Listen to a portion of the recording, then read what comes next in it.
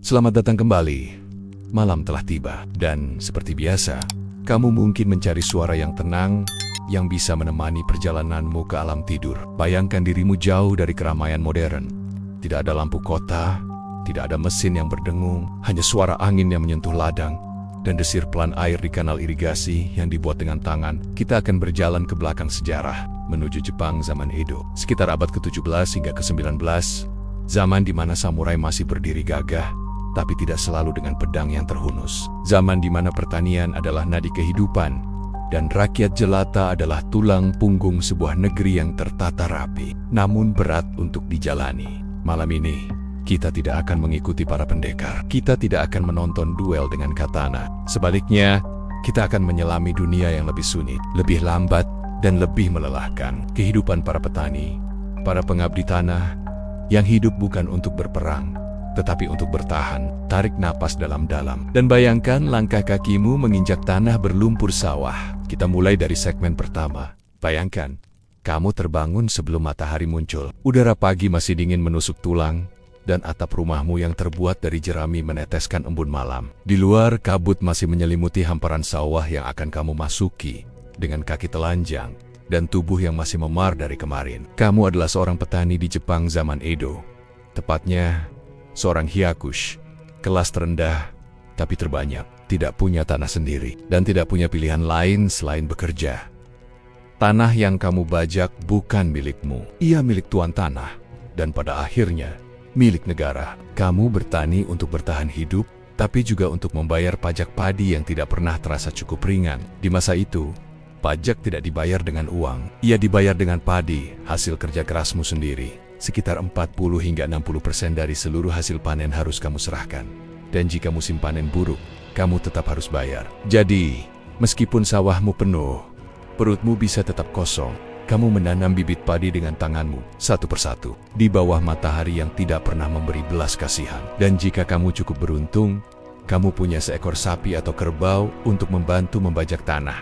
Tapi kebanyakan hanya menggunakan cangkul dan bajak kayu. Keringatmu bercampur lumpur, dan tidak jarang kamu bekerja sambil menahan sakit di punggung yang telah terlalu lama membungkuk. Musim tanam adalah waktu yang sibuk, tapi musim paceklik, saat tanah tidak memberi apa-apa, adalah waktu yang lebih sulit. Bahkan untuk sekadar makan semangkuk bubur encer, kamu harus mencampurnya dengan batang pohon liar atau dedaunan agar terlihat lebih banyak. Anak-anakmu tidak sekolah, mereka ikut ke sawah sejak kecil, berdinding lumpur dan jerami. Karena tangan-tangan kecil itu pun dibutuhkan. Rumahmu kecil, satu tungku api hangat di tengah ruangan, di mana kamu dan keluargamu berkumpul sambil makan, atau sekadar menatap nyala api dan berharap besok tidak turun hujan deras. Tapi di atas kerja kerasmu, selalu ada yang mengawasi. Seorang samurai, bukan untuk melindungi, tetapi untuk memastikan kamu tidak melanggar peraturan pajak. Mereka bisa menegur, menghukum, atau menyita lebih banyak padi jika mereka rasa kamu menyembunyikan hasil panen. Kamu tidak boleh pindah desa. Kamu tidak boleh memilih pekerjaan lain. Kamu bahkan tidak boleh berpakaian terlalu bagus, karena itu bisa dianggap meniru kelas di atasmu. Semuanya diatur, semuanya diawasi, dan semuanya tetap harus kamu jalani. Namun, di sela-sela kelelahan itu, masih ada kebiasaan-kebiasaan kecil yang membuatmu bertahan. Obrolan singkat dengan tetangga di tepi pematang, doa diam-diam kepada roh leluhur di kuil kecil di sudut desa, dan harapan bahwa mungkin musim depan akan sedikit lebih baik. Itulah kehidupan petani Jepang di zaman Edo. Bukan kehidupan yang cepat atau seru, tapi kehidupan yang terus berjalan dengan ritme yang pelan dan harapan yang tidak pernah benar-benar padam.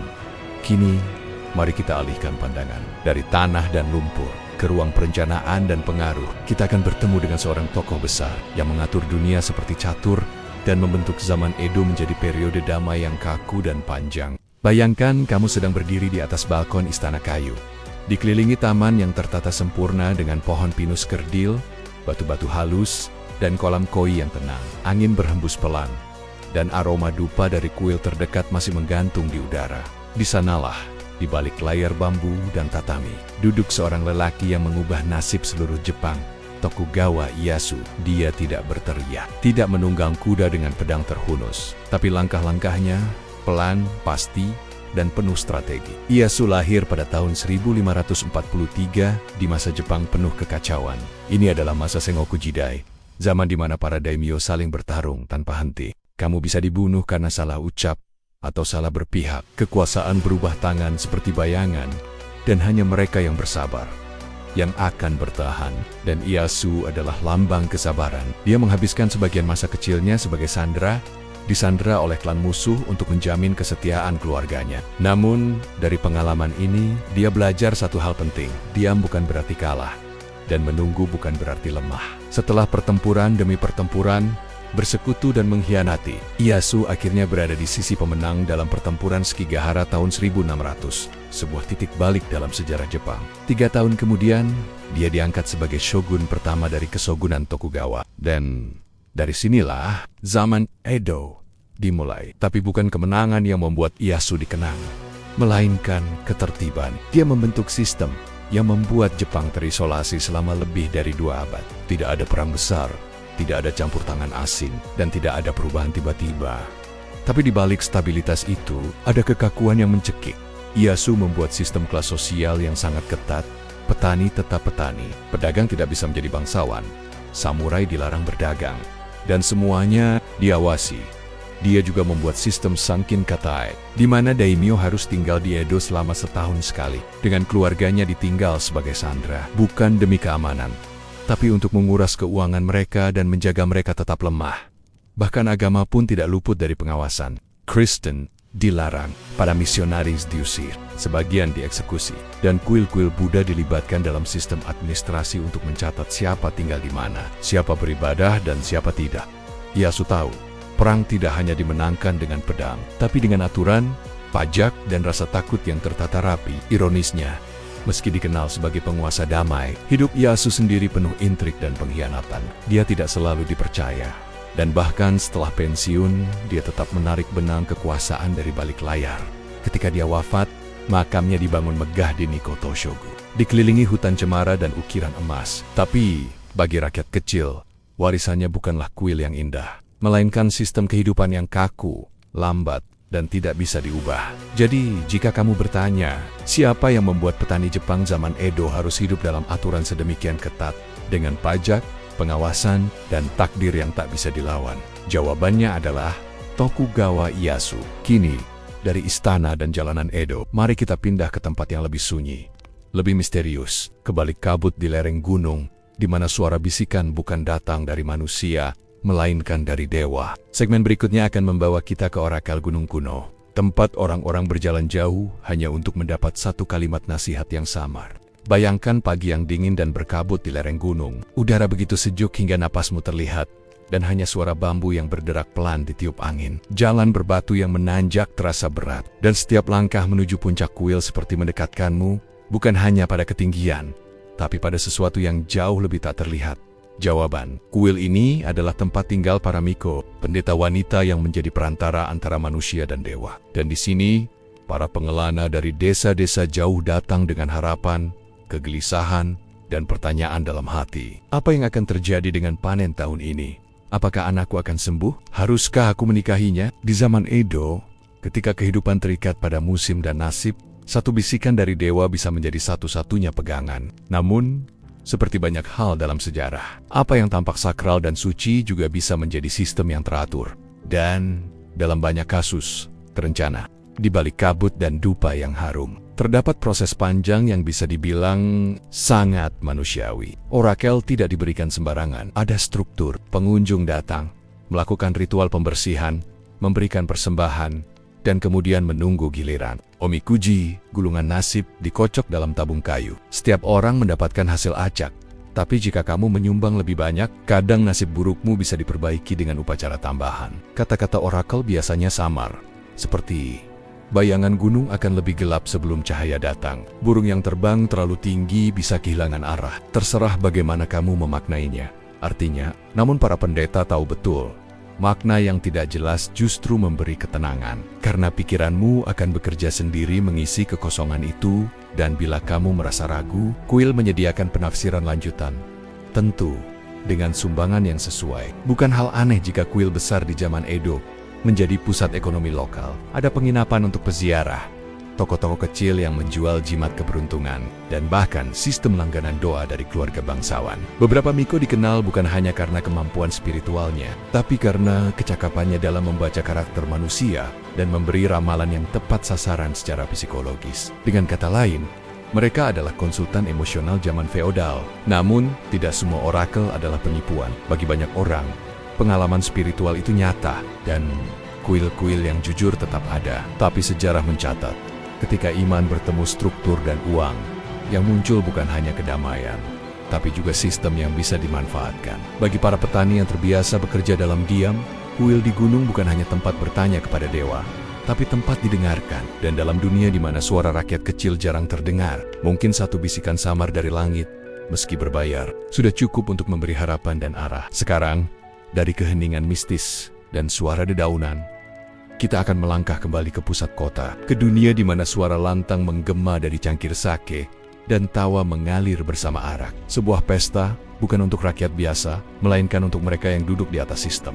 Para cendekiawan, penyair, bangsawan, dan tentu saja para samurai yang tak selalu dalam pertempuran. Bayangkan malam yang tenang, bukan di ladang atau kuil terpencil, tetapi di dalam pavilion pribadi milik seorang bangsawan Edo. Angin berhembus pelan melewati tirai bambu, dan cahaya lentera kertas memantul di permukaan sake yang disajikan dalam cangkir kecil porselen. Di ruangan ini, kamu bukan lagi petani atau budak. Kamu duduk bersila di atas tatami, bersama para tokoh terpelajar. Para bushi, shogun, haijin, dan ronin, orang-orang yang tak hanya mengayunkan pedang, tetapi juga menajamkan pikiran. Ini bukan pesta seperti yang dibayangkan banyak orang.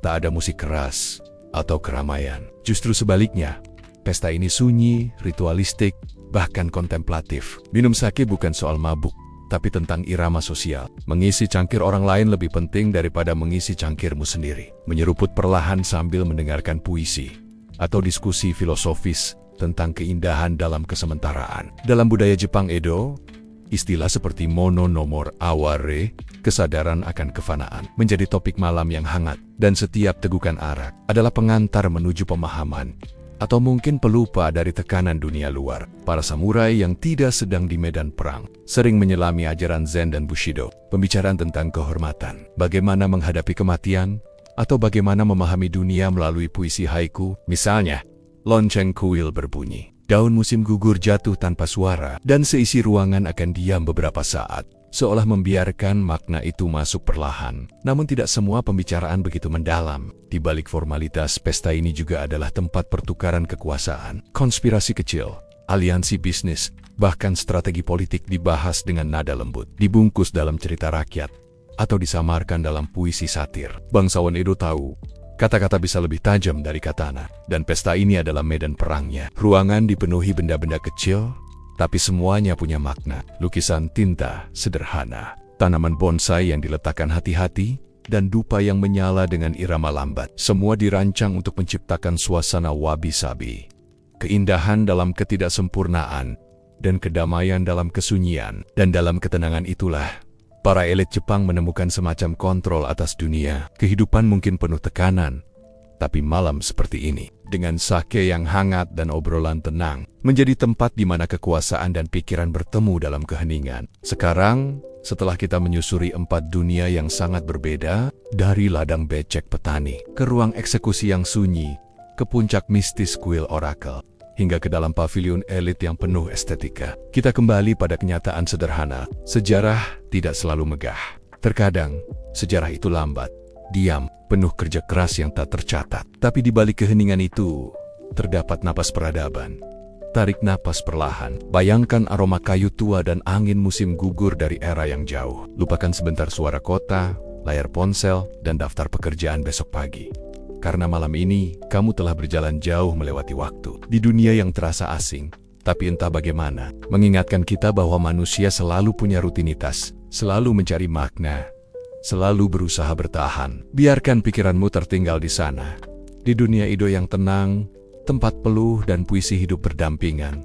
Selamat tidur, dan sampai bertemu lagi di perjalanan berikutnya bersama sejarah paling membosankan, yang entah kenapa, selalu menenangkan.